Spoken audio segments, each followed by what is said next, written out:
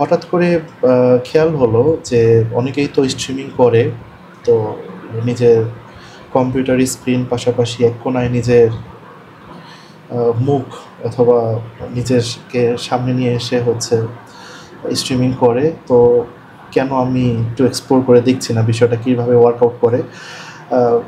এর আগে আমি কখনো ফেসবুকে লাইভে যাইনি, এবারই প্রথমবার। আচ্ছা, তো লাইভে কি আজাইরা বকবক করবো? বিষয়টা আসলে তা না।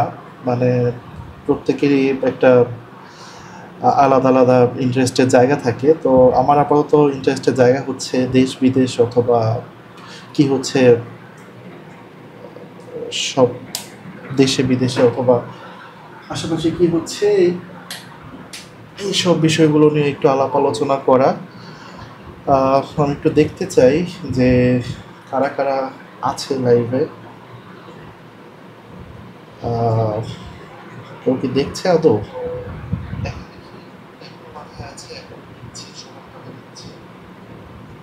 পাশাপাশি আরেকটা বিষয় হচ্ছে দেশ বিদেশে অথবা সারা বিশ্বে কি হচ্ছে না হচ্ছে খোঁজখবর রাখা দেখা। হঠাৎ করে খেয়াল করবো যে অনেকেই নিশ্চিত কি হচ্ছে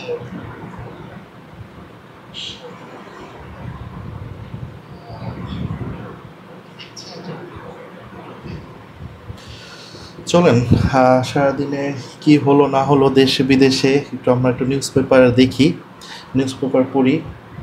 আপনারা যদি আমার সাথে থাকেন মজা পাবেন না, জানতে পারবেন আমার ব্যক্তিগত কিছু কমেন্টারি থাকে। তো দেখা যাক, প্রথমে ইত্তেফাক দিয়ে শুরু করি। ইত্তেফাকের প্রতি আমার আলাদা একটা টান আছে। আমি আমার ক্যারিয়ার শুরু করেছিলাম ইত্তেফাকে। ইত্তেফাকের এডিটোরিয়াল বিভাগে আমি আমার কর্মজীবন শুরু করি এবং এখানে মোটামুটি বছর দুয়েকের মতো কাটাই। এরপর হচ্ছে আমি একাডেমিয়াতে ট্রানজিশন করি। তো ইত্তেফাক বাংলাদেশের অন্যতম প্রাচীন পত্রিকা। তো একটা সময় বাংলাদেশের নাম্বার ওয়ান পত্রিকা ছিল। কালের পরিক্রমায় আরও অনেক পত্রিকা ভালো করেছে, প্রথম আলো সহ আরও অনেক পত্রিকা ভালো করেছে। তারপরে ইত্তেফাকের আবেদন সবসময় সব যুগে বাংলাদেশে ছিল। ইত্তেফাক সবসময় রিলেভেন্ট। তো সেই জায়গা থেকে ইত্তেফাক দিকে শুরু করছি, যেহেতু ইত্তেফাক আমাকে ব্রেক থ্রু দিয়েছিল। তো প্রধান নিউজে কি আছে? সরকার না চাইলে সুষ্ঠু নির্বাচন সম্ভব নয় বলেছেন বদিউল আলম। আচ্ছা, এইটা আসলে কেমন বক্তব্য আমি ঠিক বুঝতে পারছি না। অবভিয়াসলি সরকার না চাইলে সুষ্ঠু নির্বাচন কখনোই সম্ভব নয়। আমরা এর আগে দেখেছি গত 15 বছরে সরকার চায়নি সুষ্ঠু নির্বাচন হয়নি। তো এটা তো আসলে স্পেশাল কোনো কমেন্টারি হতে পারে না। যাই হোক, উনি বাংলাদেশের অন্যতম একজন বুদ্ধিজীবী, পাশাপাশি কি একটা দায়িত্বে আছে নির্বাচন সংস্কার কমিশনের এরকম কিছু একটা। তো এখানে আমরা অনেককেই দেখতে পাচ্ছি। এরা কারা? সরকার না চাইলে সুষ্ঠু নির্বাচন সম্ভব নয় বলে মনে করেন নির্বাচন ব্যবস্থা সংস্কার কমিশনের প্রধান ডক্টর বদিউল আলম মজুমদার। তিনি বলেছেন, সরকার না চাইলে নির্বাচন কমিশন একা সুষ্ঠু নির্বাচন করতে পারে না। ফেব্রুয়ারিতে নির্বাচন নিয়ে কোনো অনিশ্চয়তা নেই, নির্ধারিত সময় ভোট গ্রহণও জরুরি। আচ্ছা, সরকার না চাইলে নির্বাচন কমিশন একা সুষ্ঠু নির্বাচন করতে পারে না। অফকোর্স বাংলাদেশের প্রতিষ্ঠানগুলো, বিশেষ করে স্বায়ত্তশাসিত অথবা বিশেষায়িত প্রতিষ্ঠানগুলো এত শক্তিশালী হয়ে যায়নি যে সরকার এগেইনস্টে গিয়ে বলবে, যে সরকার বলছে যে না আমি সুষ্ঠু নির্বাচন চাই না, নির্বাচন কমিশন বলছে না আপনার কথা আমি মানি না বা আপনাদের কথা আমি মানি না, আমি সুষ্ঠু নির্বাচন করেই ছাড়বো। এরকম ইউটোপিয়া বাংলাদেশ হয়ে যায়নি। তো যাই হোক, মানে আমরা এক্সপেক্ট করি বাংলাদেশে যারা উপরের সারির বুদ্ধিজীবীরা আছেন তারা আরেকটু থট প্রভোকিং কথাবার্তা বলবেন, যে জিনিসটা, যে আলাপ সবাই জানে সবাই বোঝে। তো এই আলাপের আসলে যৌক্তিকতা কি আমার জানা নাই। তো যাই হোক, এ সময় বক্তারা সুষ্ঠু গ্রহণযোগ্য অংশগ্রহণমূলক নির্বাচনের জন্য রাজনৈতিক ঐক্যমতের প্রয়োজনীয়তার উপর গুরুত্ব আরোপ করেন। আচ্ছা, যাই হোক, তেমন একটা ইম্প্যাক্ট নিউজ না। আচ্ছা, ইসলামিক ফাউন্ডেশনের ডিজি বলেছেন রুকন না হলে চাকরি থাকবে না। রিজভি, আচ্ছা, ইন্টারেস্টিং, দেখা যাক।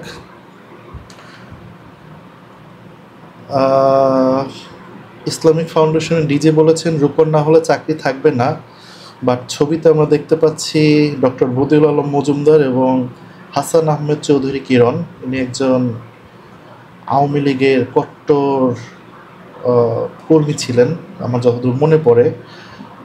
এখন উনি কীভাবে, যাই হোক হোয়াটএভার, এটা আমার কনসার্ন না। কিন্তু কথা হচ্ছে ছবির ক্যাপশনে লেখা আছে বিএনপি সিনিয়র যুগ্ম মহাসচিব রুহুল কবির রিজভী, কিন্তু ছবিতে আমরা দেখতে পাচ্ছি ডক্টর বদিউল আলম মজুমদার এবং হাসান আহমেদ চৌধুরী কিরণ। এ ধরনের ভুল ইত্তেফাকের কাছ থেকে কাম্য নয়, ভুল ছবি ব্যবহার করা। হয়ে যায়, অনেক সময় ভুল হয়ে যায়, কারণ এটার পিছনে তো মানুষরাই কাজ করে। অনেক সময় ভুলবশত কোনো একটা ছবি আপলোড হয়ে যেতেই পারে। ইসলামিক ফাউন্ডেশনের মহাপরিচালক তার কর্মকর্তা কর্মচারীদের চাকরি টিকিয়ে রাখতে নির্দিষ্ট দলে রুকন হতে বাধ্য করেছেন বলে অভিযোগ করেছেন বিএনপি সিনিয়র যুগ্ম মহাসচিব রুহুল কবির রিজভী। আচ্ছা, অভিযোগ করেছেন, ভালো কথা, কিন্তু কথা হচ্ছে একটি নির্দিষ্ট দলের রুকন। এখন নির্দিষ্ট দল বলতে, রুকন বলতে আমরা বাংলাদেশে জামাতে ইসলামের দলের যারা সদস্য বা হোয়াট এভার ইট ইজ, আমার জানা নাই, তাদেরকেই বোঝানো হয়েছে, উনি সরাসরি নাম নেই। যাই হোক, শনিবার 16 আগস্ট দুপুরে জাতীয় প্রেস ক্লাবে জুলাই আগস্ট গণ অভ্যুত্থান ও ফ্যাসিবাদ পতনের বর্ষপূর্তি উপলক্ষে ঢাকা কলেজের প্রাক্তন ছাত্রদের আয়োজিত আলোচনা সভা ও দোয়া মাহফিলে প্রধান অতিথির বক্তব্যে তিনি অভিযোগ করেন। আচ্ছা, আমি নেতা নই, সাধারণ মানুষের ইচ্ছা পূরণের তত্ত্বাবধায়ক। কে বলেছেন? ডক্টর ইউনূস সাহেব। দেখা যাক। মালয়েশিয়ার রাষ্ট্রীয় বার্তা সংস্থা বার্নামাকে দেওয়া এক সাক্ষাৎকারে বাংলাদেশের প্রধান উপদেষ্টা ডক্টর মোহাম্মদ ইউনূস তার ভূমিকা, সংস্কার, গণতন্ত্র পুনরুদ্ধারের প্রচেষ্টা নিয়ে বিস্তারিত কথা বলেছেন। তিনি নিজেকে একজন তত্ত্বাবধায়ক হিসেবে উল্লেখ করে বলেন তার লক্ষ্য জনগণের আশা আকাঙ্ক্ষা বাস্তবায়নে সহায়তা করা, হুইচ ইজ ফাইন, এইটাই আপনার রোল।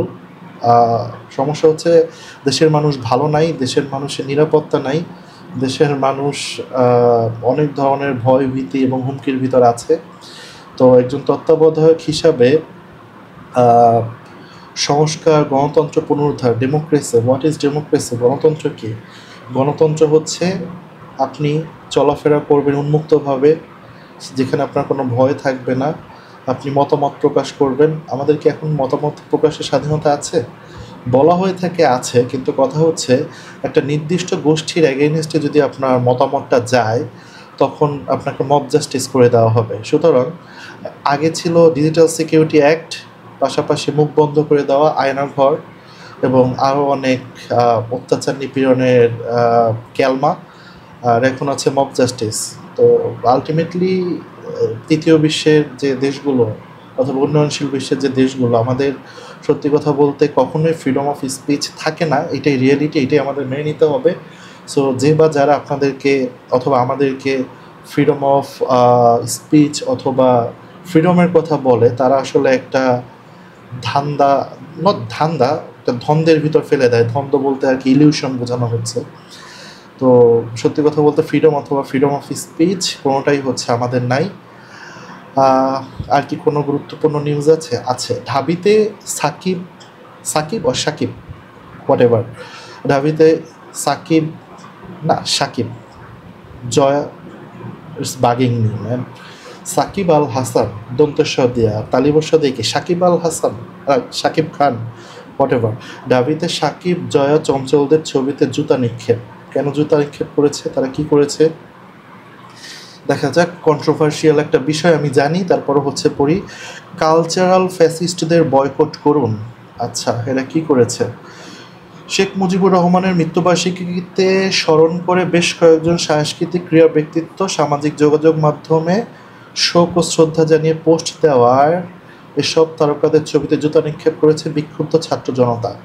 15ই আগস্টে নিজেদের সোশ্যাল মিডিয়া আইডিতে শেখ মুজিবের প্রতি শোক ও শ্রদ্ধা জানিয়ে পোস্ট দেওয়ার পর থেকেই নেটিজেনরা প্রতিক্রিয়া দেখিয়েছিলেন। আচ্ছা, কন্ট্রোভার্সিয়াল একটা বিষয়, এ ব্যাপারে আসলে কমেন্টারি দেওয়া বুদ্ধিমানের কাজ হবে না। তবে সত্যিকারের গণতন্ত্র অথবা সত্যিকারের বাক স্বাধীনতা যেখানে থাকে সেখানে আপনাদেরকে অবশ্যই অন্যের মতামত এবং দ্বিমত প্রকাশের স্বাধীনতা থাকতে হবে।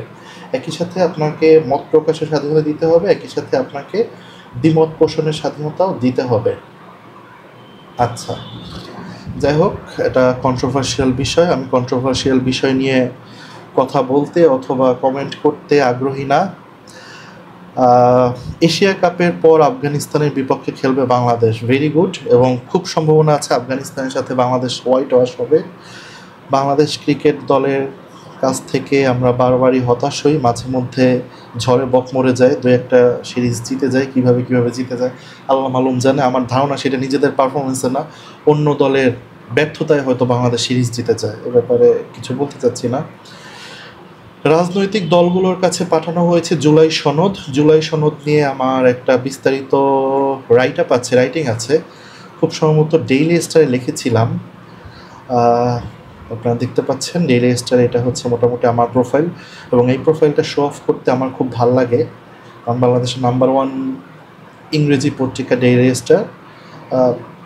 এখন ইমপ্যাক্ট বলেন আর সার্কুলেশন বলেন, এটাকে নাম্বার 1 বলাই যায়। কিন্তু ডেইলি স্টার ছাড়াও আমি নিউ এজে নিয়মিত লিখি, ডেইলি সানে লিখি, ঢাকা ট্রিবিউনে লিখি। প্রত্যেকটা ইংলিশ পত্রিকাই আমার কাছে সমানভাবে প্রিয়। ডেইলি স্টারকে 1 নম্বর বলার কারণ হচ্ছে ইমপ্যাক্ট বলি, ইনফ্লুয়েন্স বলি, অথবা প্রচারণা বলি, এই সব দিক থেকেই ডেইলি স্টার আগানো। এদের নিজস্ব কিছু ব্যাপার আছে, এটা যারা মোটামুটি একটু পড়াশোনা করেন, জানেন, দেশ এবং মিডিয়ার খোঁজ খবর রাখেন, তারা জানেন। যাই হোক, জুলাই সনদ নিয়ে কথা হচ্ছিল। জুলাই সনদ নিয়ে আমার নিজস্ব একটা লেখা আছে, নিজস্ব একটা রাইট আপ আছে। নিজস্ব মানে আমারই তো রিপিটেশন হয়ে যাচ্ছে ভোকাবুলারিতে। Why the July charter matters. আচ্ছা, জুলাই চার্টার, জুলাই সনদ, হ্যাঁ একই তো মনে হয়। যাই হোক, এটা আপনারা চাইলে পড়তে পারেন। আমি এখন এই জিনিস আবার নতুন করে পড়বো না, তবে আমার ইচ্ছা আছে যেদিন আমার লেখা পাবলিশ হবে ওই দিন ওই লেখাগুলো পড়বো এবং পড়ে আলোচনা করব, সো দ্যাট আপনাদেরকে কষ্ট করে পড়তে না হয়। বাট আমি আমার পার্সপেক্টিভ পয়েন্ট অফ ভিউ আপনাদের সাথে শেয়ার করতে পারি। সবার জানার দরকার নেই, যারা আগ্রহী তারা জানতে পারেন, যাদের আগ্রহ নেই তারা না জানলেও কোনো সমস্যা নেই। যাই হোক, আপনারা সাথে থাকেন না থাকেন, কিছুদিন হয়তো স্ট্রিমিং করব। তাতে কি হবে, তাতে হচ্ছে আমার কমিউনিকেশন স্কিল গ্রো করবে, কথা বলার ফ্লো বাড়বে। অবশ্য বাড়ানোর কিছু নেই, যেহেতু নিয়মিত ক্লাস নেই, ক্লাসে ছাত্রছাত্রীদের সাথে কথা বলতে হয়, প্রাসঙ্গিক অপ্রাসঙ্গিক অনেক রেফারেন্সই দিতে হয়। সুতরাং যাই হোক, নতুন একটা এক্সপিরিয়েন্স, দেখি ভালো খারাপ মিলিয়ে। তো যাই হোক, জুলাই চার্টার নিয়ে আমার একটা লেখা আছে, এটা একটু শো অফ করলাম। ভালো জিনিস কেন শো অফ করবো না, মানুষ তো কত আজাইরা জিনিসও শো অফ করে। যাই হোক, রাজনৈতিক দলগুলোর কাছে পাঠানো হয়েছে জুলাই সনদ। আচ্ছা, এটা পড়তে ইচ্ছে করছে না। হাসনাত সার্জিস সহ 5 নেতার বিরুদ্ধে দলীয় শৃঙ্খলার ব্যত্যয় পায়নি এনসিপি। আচ্ছা, ঠিক আছে, তাদের এগেনস্টে তারা কি করছিল দেখা যাক একটু। আমার নেট, আচ্ছা, কি দুষ্টামি করছে দেখি। সার্জিস আলম এবং হাসনাত আবদুল্লাহ সহ দলের 5 নেতার বিরুদ্ধে দলীয় শৃঙ্খলার ব্যত্যয় না ঘটায় তাদের দেওয়া শোকজ নোটিশ প্রত্যাহার করা হয়েছে। আচ্ছা, শোকজ মানে কারণ দর্শানো নোটিশ দেওয়া হয়েছে। তারা কি কারণ দর্শিয়েছে নাকি কারণ দর্শানোর কাজটা সম্পন্ন করেছে, নাকি নোটিশ দিয়ে নোটিশটা প্রত্যাহার করা হয়েছে? বিষয়টি চূড়ান্ত নিষ্পত্তি হয়েছে বলে জানিয়েছে জাতীয় নাগরিক পার্টি এনসিপি। কি করছে না করছে, তারা কি করবে না করবে, এই নিয়ে আমার নিজস্ব কিছু দৃষ্টিভঙ্গি আছে, এই নিয়ে আমার কিছু লেখাও আছে, এবং এই লেখাটা মোটামুটি বোদ্ধা মহলে বেশ সাড়াও ফেলেছে।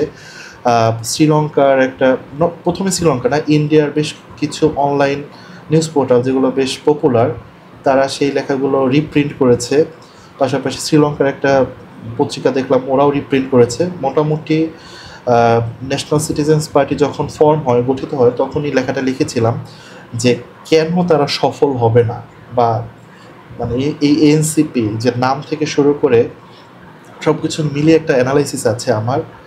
যে প্রথমত হচ্ছে তারা মোমেন্টাম নষ্ট করেছে। এটা যদি 5ই আগস্টের পর যে মোমেন্টাম ছিল বা ছাত্র জনতার যে যারা নেতৃত্বে ছিলেন তাদের প্রতি মানুষের যে আশা ভরসা ছিল, ওই আশা ভরসা অথবা মোমেন্টামটাকে তারা কাজে লাগাতে পারেনি।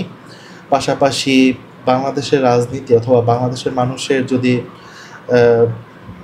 সাইকোলজি বলেন অথবা একটু নৃতাত্ত্বিক গবেষণা যারা পড়েন অথবা জানেন তারা জানেন যে এই দেশের মানুষ আসলে ব্যক্তি পূজায় বিশ্বাসী। আমি পূজা শব্দটা ব্যবহার করছি, অফেন্সিভ হওয়ার কোনো কারণ নাই, কারণ এই দেশে আইডল অথবা কাল্ট ফিগার না হলে মানুষ ওই দলকে অথবা ওই দলকে কেন্দ্র করে সমর্থন আদায় করা খুব কঠিন হয়ে যায়।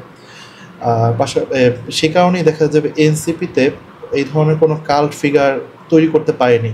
এখন আমার মতের সাথে আপনারা দ্বিমত পোষণ করতে পারেন, হুইচ ইজ ফাইন, যে এই ধরনের একটা ট্রেন্ড আছে, এই ধরনের একটা টেন্ডেন্সি আছে মানুষের ভিতর, বাংলাদেশের মানুষের ভিতর।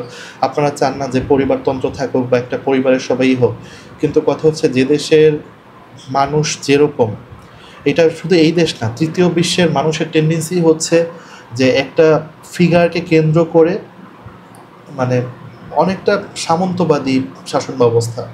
তো এই জিনিসটা আমি শিখেছিলাম যে জনাব আনোয়ার হোসেন মঞ্জু সাহেবের কাছে, যখন আমি ইত্তেফাকে ছিলাম। তো ওনার দৃষ্টিভঙ্গি, ওনার পয়েন্ট অফ ভিউ বরাবরই আমাকে মুগ্ধ করেছে।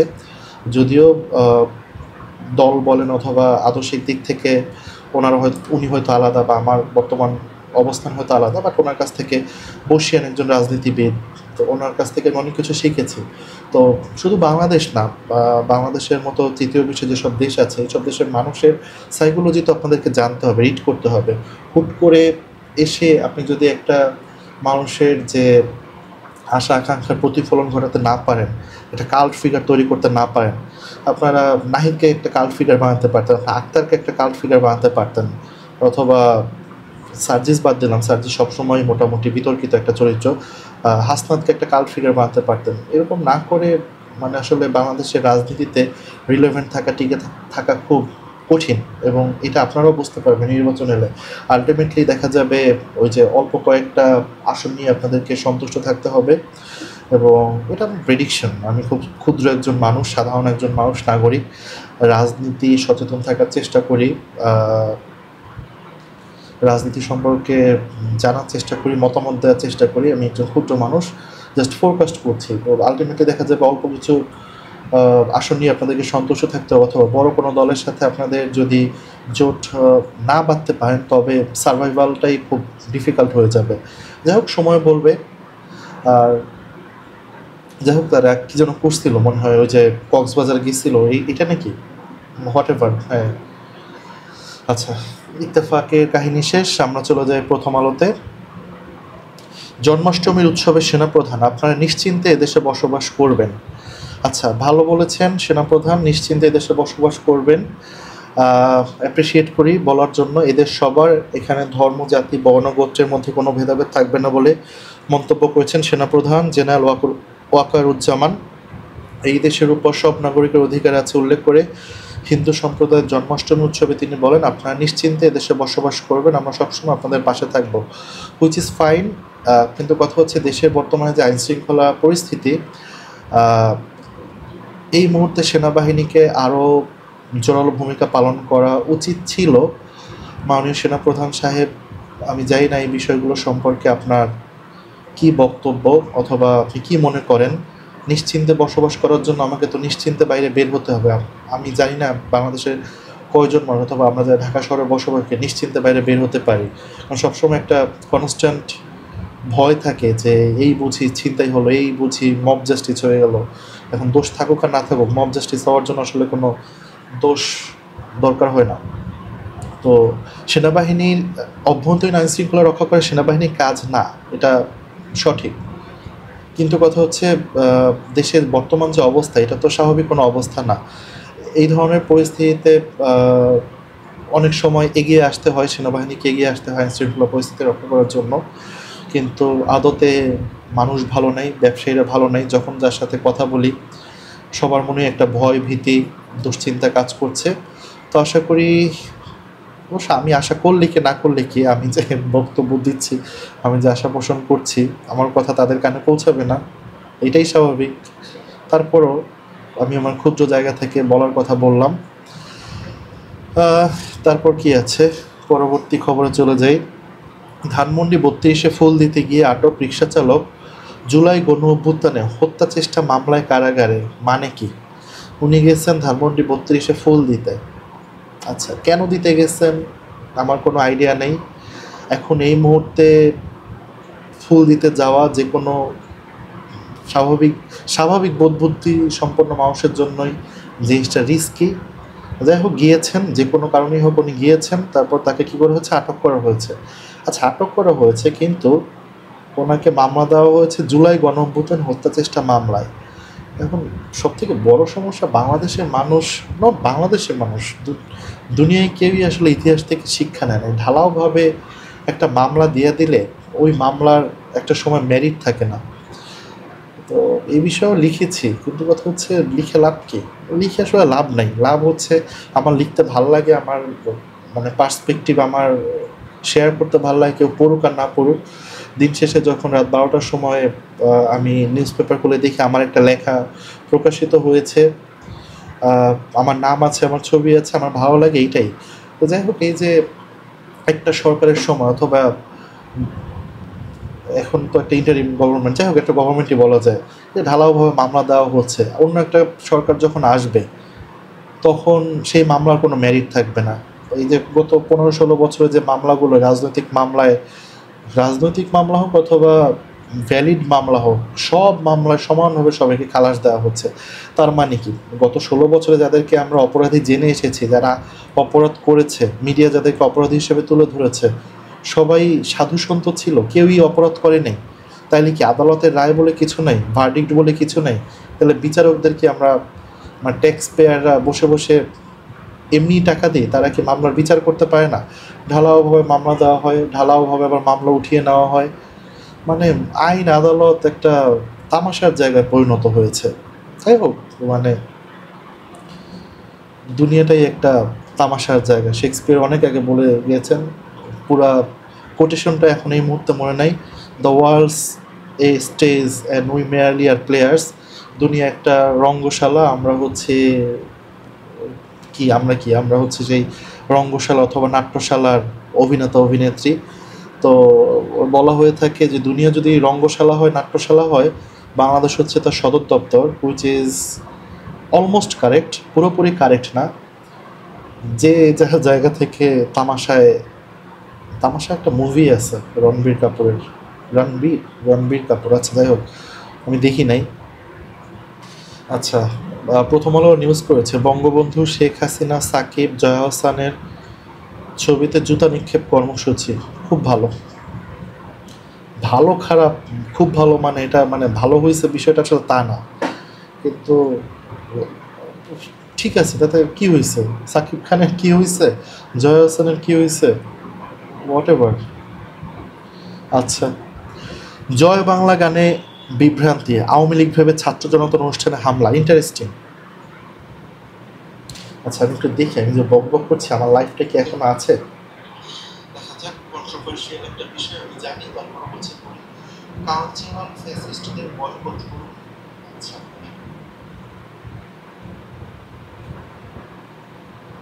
কি হয়েছে, জয়সানের কি হয়েছে, আচ্ছা, জয় বাংলা গানে বিভ্রান্তি, আওয়ামী লীগ ভেবে ছাত্র জনতার অনুষ্ঠানে হামলা। ইন্টারেস্টিং। এটা কোথায় হয়েছে, চাঁদপুর। আচ্ছা, চাঁদপুরে ১৫ই আগস্ট জেলা আওয়ামী লীগের পরিত্যক্ত কার্যালয়ে আয়োজন করা হয়েছিল মিউজিক পার্টির। আচ্ছা, জুলাই আন্দোলনে অংশ নেওয়া কিছু ছাত্র জনতা আয়োজিত অনুষ্ঠানে ব্যঙ্গ করে বাজানো হয় জয় বাংলা জিতবে আবার নৌকা গান। এই গান শুনে আওয়ামী লীগ ফিরে এসেছে ভেবে অতর্কিত হামলা করে আরাক দল লোক। এ সময় মিউজিক পার্টির জন্য আনা সরঞ্জাম ভাঙচুর করা হয়। আচ্ছা, ওই যে একটু আগেই বললাম যে দুনিয়া হচ্ছে রঙ্গশালা আর বাংলাদেশ হচ্ছে তার সদর দপ্তর। এখন কথা হচ্ছে, একটা কথা আছে, কোনো কিছুই অতিরিক্ত ভালো না। ও রেভুলেশন গণ অভ্যুত্থান অথবা গণজাগরণ এক জিনিস এবং রিফর্ম আর এক জিনিস। তো আপনারা গণজাগরণ অথবা রিভলিউশন অথবা ওই আন্দোলনটাকেই মেইন ভেবেছেন, ভেবে পরবর্তীতে রিফর্মের কোনো একটা নেশন রিফর্ম, একটা কান্ট্রি রিফর্ম, এর কোনো নামগন্ধ নাই, নাচানাচি এটা ওইটা, যাই হোক হোয়াট এভার। হামলায় আরিয়ান আহমেদ নামের বৈষম্য বিরোধী আন্দোলন জড়িত শিক্ষার্থী আহত হন। খবর পেয়ে পুলিশ ও জেলা বিএনপির সাধারণ সম্পাদক সলিমুল্লাহ সেলিম সহ নেতারা ঘটনাস্থলে গিয়ে পরিস্থিতি শান্ত করেন। গতকাল শুক্রবার 10:30টার দিকে হামলা ঘটে। এই ঘটনায় সব থেকে বেশি খুশি হয়েছে আওয়ামী লীগ নিঃসন্দেহে, যে আরও নাচো জয় বাংলা গানে। আচ্ছা, এরপর কি আছে? বৈঠকে পুতিন স্পষ্টভাবে জয়ী, ট্রাম্প হারেননি, সাবেক মার্কিন উপদেষ্টা জন। আচ্ছা, আজকে বলতে গতকাল রাতে বা শেষ রাতে বিশেষ একটা ঘটনা ঘটেছে বৈশ্বিক পরিমণ্ডলে। রাশিয়ার প্রেসিডেন্ট ভ্লাদিমির পুতিন এবং ডোনাল্ড ট্রাম্প এরা মিটিং করেছেন। মিটিং নিয়ে অনেক অ্যান্টিসিপেশন ছিল, অনেক ধরনের আশা আকাঙ্ক্ষা ছিল বিশ্ববাসীর, বিশেষ করে ইউক্রেনবাসীর, যেবার হয়তো ইউক্রেন যুদ্ধ নিয়ে একটা কোনো চুক্তি হবে, কোনো প্যাক্ট হবে বা যুদ্ধ বন্ধ হবে। আদতে এই মিটিংয়ে তেমন কিছুই হয়নি। ট্রাম্প এবং পুতিনের হ্যান্ডশেক ছাড়া আসলে তেমন কিছুই এখানে অ্যাচিভমেন্ট নাই। 3 ঘন্টা রুদ্ধদ্বার বৈঠক হয়েছে ট্রাম্প এবং পুতিনের। যুক্তরাষ্ট্রের সাবেক জাতীয় নিরাপত্তা জন বোল্টন বলেছেন, আলাস্কা শীর্ষ সম্মেলনে রাশিয়ান প্রেসিডেন্ট ভ্লাদিমির পুতিন স্পষ্টভাবে জয়ী হয়েছেন।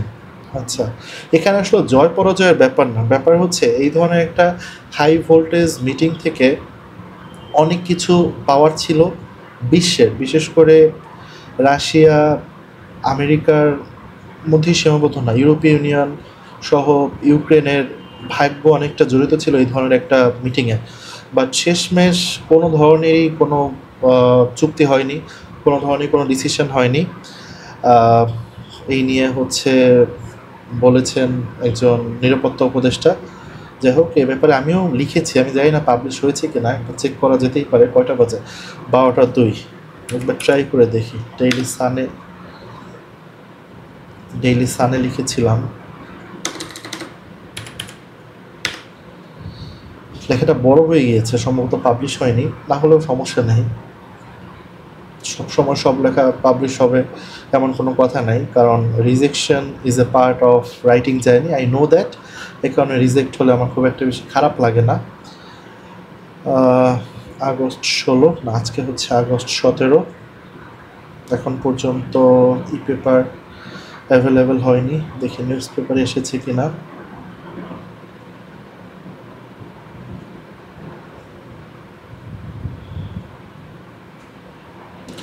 এখন পর্যন্ত নিউজ পেপারে অ্যাভেলেবল হয়নি। আচ্ছা, প্রথম আলো দেখছিলাম, তো যেটা বলছিলাম, তো অনেকেরই বিশ্লেষক, তারপর বিশ্বের বিভিন্ন দেশের নেতা, রাষ্ট্রনেতা সহ সারা বিশ্বের চোখ ছিল ট্রাম্প এবং পুতিনের মিটিংয়ের দিকে। তবে মিটিংটা একরকম ভেগভাবেই শেষ হয়েছে।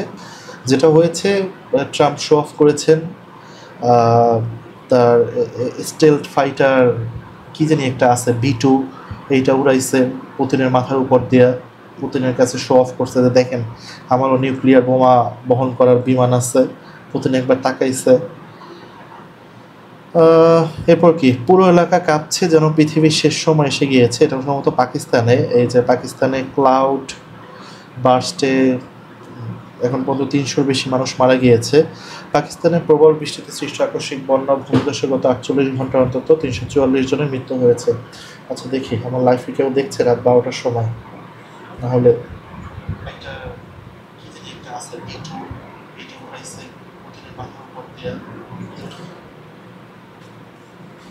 এই যে লাইভের নিচে ক্যাপশন আসছে, আমি বলছি এক কথা, নিচে আসছে এক কথা। বললাম পুতিনের মাথার উপর দিয়া, আসছে পুতুলের মাথার উপর দিয়া। তো আওয়ামী লীগের কর্মী সমর্থকরা তো আমাকে ধুয়ে দিবে। যাই হোক, জোকস অ্যাপার্ট, যেটা পড়ছিলাম খুব দুঃখজনক একটা ঘটনা যে পাকিস্তানের প্রবল বৃষ্টিতে সৃষ্ট আকস্মিক বন্যা ও ভূমিধসে গত 48 ঘন্টা অন্তত 344 জনের মৃত্যু হয়েছে। এর মধ্যে 328 জনের মৃত্যু হয়েছে খাইবার পাখতুনখাওয়া প্রদেশে। এই ঘটনায় আহত হয়েছেন অন্তত 120 জন। আজ শনিবার দেশটির কর্তৃপক্ষ এই ঘটনা জানিয়েছে। আচ্ছা, ওই ক্লাউড বার্স্ট বা হচ্ছে প্রবল যে বৃষ্টি, কী জানি হয়, মেঘ ভাঙা বৃষ্টি যেটাকে বলা হয়, তো এই সম্পর্কে আসলে আমার ধারণা ছিল, তবে যেটা জানতে পেরেছি মানে একটু নিয়ে, যে প্রবল বৃষ্টি 10 মিলিমিটারের বৃষ্টি 1 ঘন্টার ভিতর যদি 10 মিলিমিটারের বৃষ্টি হয়, আমি ভুলও হতে পারি, আমি শিওর নাই, কোনো একটা জায়গায় পড়েছিলাম, তখন সেটাকে হচ্ছে ক্লাউড বার্স্ট রেইন বলা হয়। তো যাই হোক, সারা বিশ্বের যে অবস্থা, বিশেষ করে ক্লাইমেট চেঞ্জের ফলে, তো আরও অনেক রকম আউটকাম আমরা দেখতে পাবো। এবং এটা নিয়ে কিছুদিন আগে যে ঘটনাটা ঘটেছে, যে আইসিজে, ইন্টারন্যাশনাল ক্রিমিনাল কোর্ট বা এরকম কিছু একটা, আইসিসি না, বা মনে নেই আমার, আন্তর্জাতিক আদালত বা এরকম কিছু একটা, তারা মনে হয় একটা মতামত দিয়েছে যে এখন চাইলে যে জলবায়ু পরিবর্তনের কারণে এক দেশ অন্য একটা দেশকে অন্য দেশের এগেনস্টে মামলা করতে পারবে। এখন জিনিসটা আমাদের মতো দেশ, বাংলাদেশ, মালদ্বীপ, অস্ট্রেলিয়ার কিছু দ্বীপ আছে, তো আরও বেশ কিছু দেশ আছে যারা হচ্ছে জলবায়ু পরিবর্তনের কারণে সরাসরি ভুক্তভোগী, তো তারা চাইলে মামলা করতে পারবে। এখন ঘটনা হচ্ছে এই যে বাংলাদেশে যদি হচ্ছে বন্যা হয়, এখন এই বন্যার জন্য আমি মামলাটা করব কার এগেনস্টে? আমি কি আমেরিকার এগেনস্টে মামলা করব, না ফ্রান্সের এগেনস্টে মামলা করব? এবং আমি প্রমাণ করব কিভাবে যে এই যে আপনারা যে জলবায়ু পরিবর্তন ঘটাইছেন, অথবা আপনারা যে কার্বন নিঃসরণ করছেন, এই কারণে হচ্ছে সমুদ্র পৃষ্ঠের উচ্চতা বৃদ্ধি পেয়েছে, এই কারণে বন্যা হচ্ছে, অথবা আমার নিম্নভূমি তলিয়ে যাচ্ছে। তারপর হচ্ছে এই যে পাকিস্তানে যে ক্লাউড বার্স্ট হলো, এটাও তো জলবায়ু পরিবর্তনের একটা কারণ। এখন এই জলবায়ু পরিবর্তনের কারণে যে ঘটনা ঘটছে, এখন পাকিস্তান কার এগেনস্টে মামলাটা করবে? সরাসরি রাশিয়ার এগেনস্টে মামলা করবে? সে আদালতে গিয়ে প্রমাণটা করবে কিভাবে যে রাশিয়া কয়লা পোড়াইছিল, এই কারণে হচ্ছে আমার হয়েছে। এখন ঠিক আছে, এটা জলবায়ু পরিবর্তনের ভুক্তভোগী দেশগুলোর জন্য এক ধরনের নৈতিক বিজয়, কিন্তু নৈতিক বিজয় দিয়ে তো আসলে মামলা জেতা যায় না। আমার ক্ষুদ্র আইনের জ্ঞানে যেটা বলে, আমি আইনের ছাত্র না, মাঝে মধ্যে আইন নিয়ে লিখি, কারণ সাধারণ নাগরিক হিসাবে আইন নিয়ে আমারও নিজস্ব কিছু দৃষ্টিভঙ্গি আছে। তো আইন নিয়ে একটা না, আমি অনেক লেখাই লিখেছি, আমার প্রায় লেখার ভিতরে আইন বিষয় চলে আসে। যাই হোক, তো এটা আমি কীভাবে প্রমাণ করব যে আমি জলবায়ু পরিবর্তন ভুক্তভোগী, বাট সরাসরি এই দেশটা এই কারণে জড়িত? যাই হোক, আমার কাছে এটা রিডিকুলাস মনে হয়েছে। আচ্ছা, প্রথম আলো গেল, প্রথম আলোতে আর কিছু আছে? অবশেষে নরসিংদী রায়হান মিয়ার হার্ভার্ড বিশ্ববিদ্যালয়ে পড়ার স্বপ্ন পূরণ। Very good, congratulations. মাঝরাত পর্যন্ত জমজমাট নীলা মার্কেট, পাওয়া যায় হাঁসভুনা, চিতই পিঠা। আমাদের মাননীয় উপদেষ্টা আসিফ মাহমুদ, হ্যাঁ, আসিফ মাহমুদ সজীব ভুঁইয়া কী যে এক হাঁস খাইলো নীলা মার্কেটে গিয়া, না ওয়েস্টিনে গিয়ে, এখন তো নীলা মার্কেটটাই ভাইরাল হয়ে গেছে। মাঝরাত পর্যন্ত জমজমাট, প্রত্যেকটা নিউজ আউটলেট এখন নিউজ করছে যে নীলা মার্কেটে হাঁস পাওয়া যায়, চিতই পিঠা পাওয়া যায়। ভালো হয়েছে, তাদের বিজনেস বুম করছে। অবশ্য নীলা মার্কেট আগে থেকেই বেশ পপুলার, আমি কখনো যাই নাই, আমি অনেক অলস, আমার কোথাও গিয়া খাইতে ভাল লাগে না, অনেক অলস লাগে, আলসি লাগে। কেউ যদি নিয়ে যান জানাইতে পারেন, কেউ যদি আমাকে বলেন যে ভাই চলেন আপনাকে গাড়িতে করে নিয়ে যাই নীলা মার্কেটে হাঁস, আপনারা একটু আমাকে নক দিয়া হচ্ছে আমাকে একটু বললেন যে ভাই চলেন একটু হাঁস টাস খাই আসি, কারণ হাঁস আমার অনেক পছন্দের।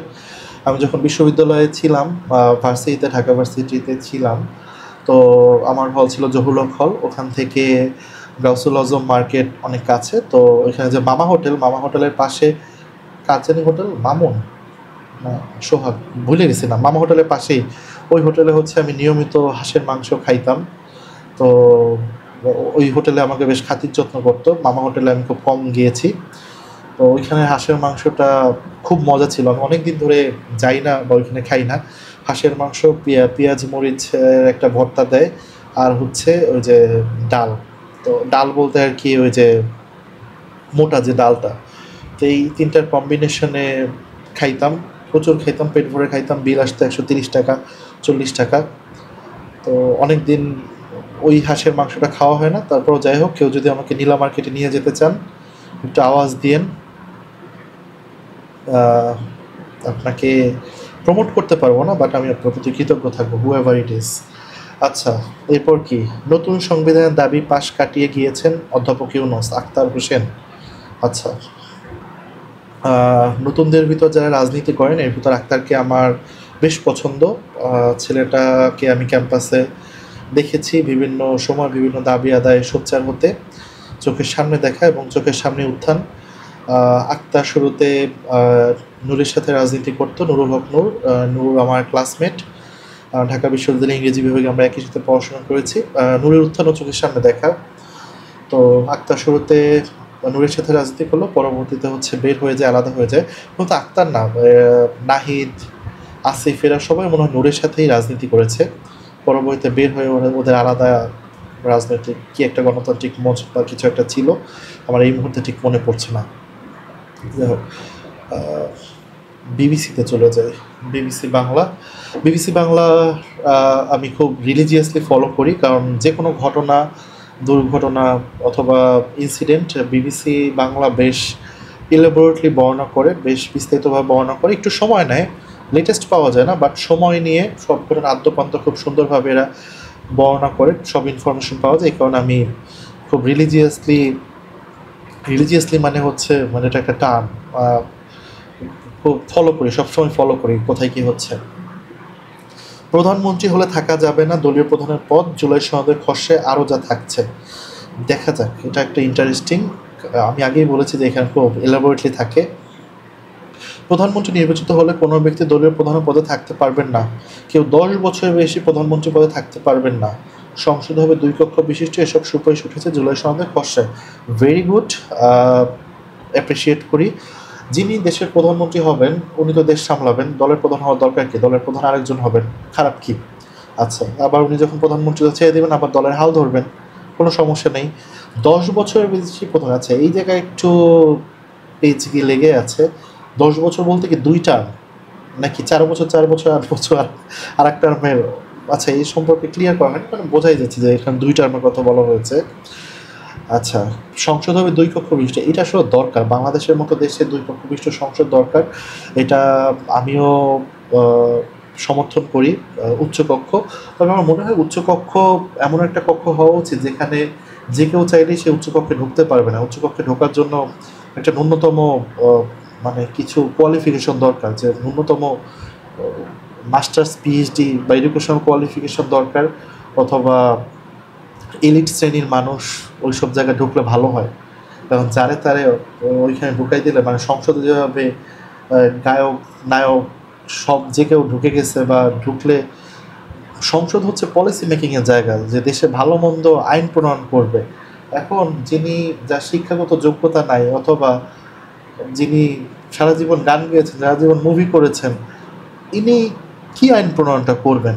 অথচ সাবজেক্ট ম্যাটারে যিনি এক্সপার্ট, এইসব মানুষগুলো যদি সংসদে পাওয়া যেত, এইসব মানুষজনকে, এক্সপার্ট এবং এডুকেশনাল কোয়ালিটি অনেক হাই, দেশের, আমার ধারণা দেশের চেহারা পাল্টে যেত। যাই হোক, জাতীয় ঐক্যমত্য কমিশনে তৈরি করে জাতীয় জুলাই সনদ 2025 চূড়ান্ত খসড়া রাজনৈতিক দলগুলোর কাছে হস্তান্তর করা হয়েছে। রাষ্ট্রের সংবিধান, নির্বাচন ব্যবস্থা, বিচার বিভাগ, জনপ্রশাসন, পুলিশ প্রশাসন, দুর্নীতি দমন বিষয়ে যেসব সংস্কার ঐক্যমত্য রয়েছে সেগুলো তুলে ধরা হয়েছে এতে। জুলাই সনদের খসড়ায় বলা হয়েছে, আচ্ছা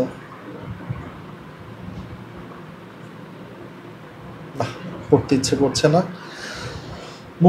শেখ মুজিব হত্যা ও হাসিনা পতনের পর ভারতের প্রতিক্রিয়ায় যে ফারাক, আচ্ছা এটাও পড়তে চাই না। বাড়ির সবাইকে বলেছিলাম দ্রুত সরতে, ফিরে এসে দেখি কিছুই নাই। ওই যে পাকিস্তানের যে ক্লাউড বার্স্ট, যে দুঃখজনক ঘটনা হয়েছে। ট্রাম্পের সঙ্গে দীর্ঘ ফোন আলাপ, এরপরে ওয়াশিংটনে যাওয়ার তথ্য জানায় জেলেনস্কি। আচ্ছা, বিষয়টা হয়েছে এই যে ট্রাম্প পুতিন আলোচনা করেছেন অথবা মিটিং করেছেন, এইখানে জেলেনস্কিকে ইনভাইট করা হয়নি। এখন এই বেটা পড়ছে একটা, মানে পড়ছে না, এই বেটা হচ্ছে লেফট আউট ফিল করছে, যে আরে বাবা, আমার দেশ নিয়ে আলোচনা হবে, আমারই টাকা হয় নাই, এরপর কি হয়েছে, একে মনে হয় সান্ত্বনা দিচ্ছে ট্রাম্প, দীর্ঘ ফোন আলাপ, তারা ফোন দিছে। এর আগে ট্রাম্পের সাথে যখন উনি আলোচনা করেছিলেন বেশ বেয়াদবি করেছেন, বেশ অ্যারোগেন্ট ব্যবহার করেছেন। ওনার আসলে ওই অবস্থান ছিল না, ওই ধরনের অ্যারোগেন্ট ব্যবহার করার মতো চটাং চটাং ট্রাম্পের সাথে, ট্রাম্পের মুখের উপর ওই ধরনের চ্যাটাং চ্যাটাং কথা বলার মতো বৈশ্বিক অবস্থান অথবা রাজনৈতিক অবস্থান তার ছিল না। বরং ট্রাম্পের সাথে উনি যেটা করেছেন যে দেশ বিক্রি করে দিয়েছেন, সব খনিজ সম্পদ আরও কী কী যেন তোলার মানে দিয়ে আসছে সব কিছু আমেরিকার হাতে।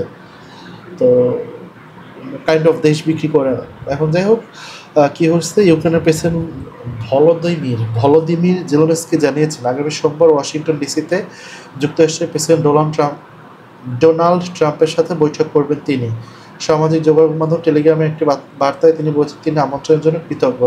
তোমার দাওয়াত দেয় নাই, তুমি কৃতজ্ঞ। যাই হোক, তোমার কোনো এখন নাই কথা বলার। যুদ্ধবিরতি নেই, হয়নি কোনো চুক্তি, ট্রাম্প পুতিন বৈঠকের অর্জন কি? আচ্ছা, অর্জন সম্পর্কে আগেই বলেছি, তেমন কোনো অর্জন নাই। খুবই শেডি একটা মিটিং হয়েছে, মানুষ যা এক্সপেক্ট করেছিল ওই ধরনের তেমন কিছুই দেখা যায়নি বা রিফ্লেক্ট করেনি। ছাত্র শিবির গোপন রাজনীতি ডাকসু নির্বাচন নিয়ে উত্তপ্ত ঢাকা বিশ্ববিদ্যালয়। ঢাকা থেকে তেহরান বিদেশে যেভাবে প্রেরণ করেছিল হিন্দি সিনেমার। আচ্ছা, একটা সময় প্রচুর হিন্দি সিনেমা দেখতাম, এখনও দেখি, তবে দেখার আগে অনেক টিভিউ দেখে নেই, রিভিউ রেটিং অথবা কেমন হয়েছে জেনে নেই, কারণ সময় অনেক দাম, টাইম ইজ মানি। আর এই কারণে হচ্ছে ওইভাবে ঢালাওভাবে দেখা হয় না। তবে অনেক বিখ্যাত সিনেমা আমি দেখি নাই, এর ভিতর শোলেও আমি দেখি নাই, কিন্তু যে শোলের রেফারেন্স অনেক জায়গায় ব্যবহার করে, এই হাত মুছে দে ঠাকুর, আরও কী জানো। আচ্ছা, বছর পেয়ে গেল প্রকাশ করেনি উপদেষ্টাদের আয় ও সম্পদের হিসাব। কেন? তোমাদের কয় টাকা আয় হয়েছে এটা নাগরিকদের জানা উচিত। ইতিহাসে শেখ মুজিবের অবস্থান নিয়ে বিতর্ক কেন? আচ্ছা, এটা আসলে একটা বিতর্কের বিষয়, এগুলো নিয়ে এখন কথা বলতে ইচ্ছে করছে না। এ বিষয়ে মানে অনেক রেফারেন্স দিয়ে, অনেক বই খাতা সাথে নিয়ে, বেশ কিছু গুরুত্বপূর্ণ দলিল ডকুমেন্ট নিয়ে তারপর হচ্ছে আলোচনায় বসতে হবে। আমি বসতে আগ্রহী, বাট এরকম সারফেস লেভেল আলোচনা আমি করব না, এই কারণে হচ্ছে আপাতত এই আলোচনাটা স্কিপ করছি। হাঁসের মাংস খাওয়ার কথা বলে সমালোচনা মুখে আসিফ মাহমুদ, এটা নিয়ে গত 2 দিন ধরে বেশ আলোচনা হয়েছে। আচ্ছা, আর কি দেখা যায়,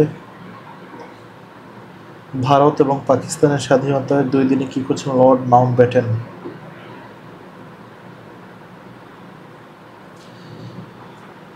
যাই হোক,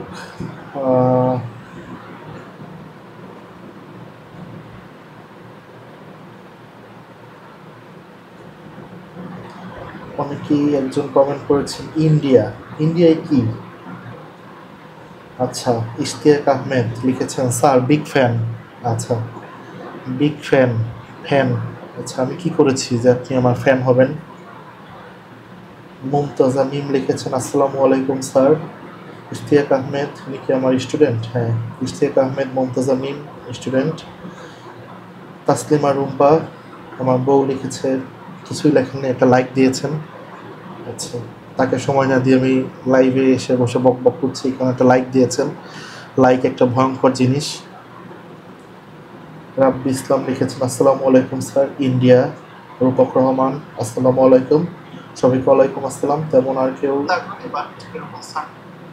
আর কেউ কিছু লেখেন নাই, এটাই স্বাভাবিক, রাত জেগে কেউ আমার লাইভ দেখবে না। যাই হোক, মোটামুটি টেস্ট পারপাসে লাইভ করার একটা ইচ্ছা ছিল, সারাদিন মাথার ভিতর ঘুর করেছে একটু লাইভ করি, তো করা হয়ে গেল। আর কি করা যায়,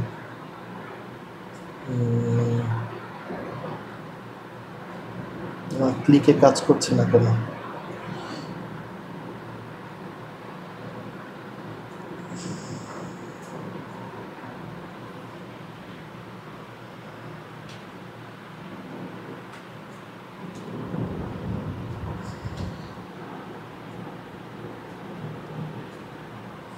তো যাই হোক,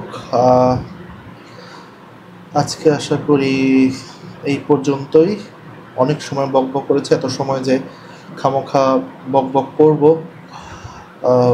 বুঝতে পারিনি যে ভালো একটা ইনিংস খেলেছি। আমি যদি যে ক্রিকেটার সাথে তুলনা দেই, তাহলে প্রথম ইনিংসেই মানে ডেবু ম্যাচেই হচ্ছে মোটামুটি 46 মিনিট কাটিয়ে দিয়েছি বক বক করে একা একা। আশা করি সামনে আবারও আসবো লাইভে, জানি না, দেখি। নিজের লাইভ নিজে দেখলে অনেক ক্রিঞ্জ মনে হবে।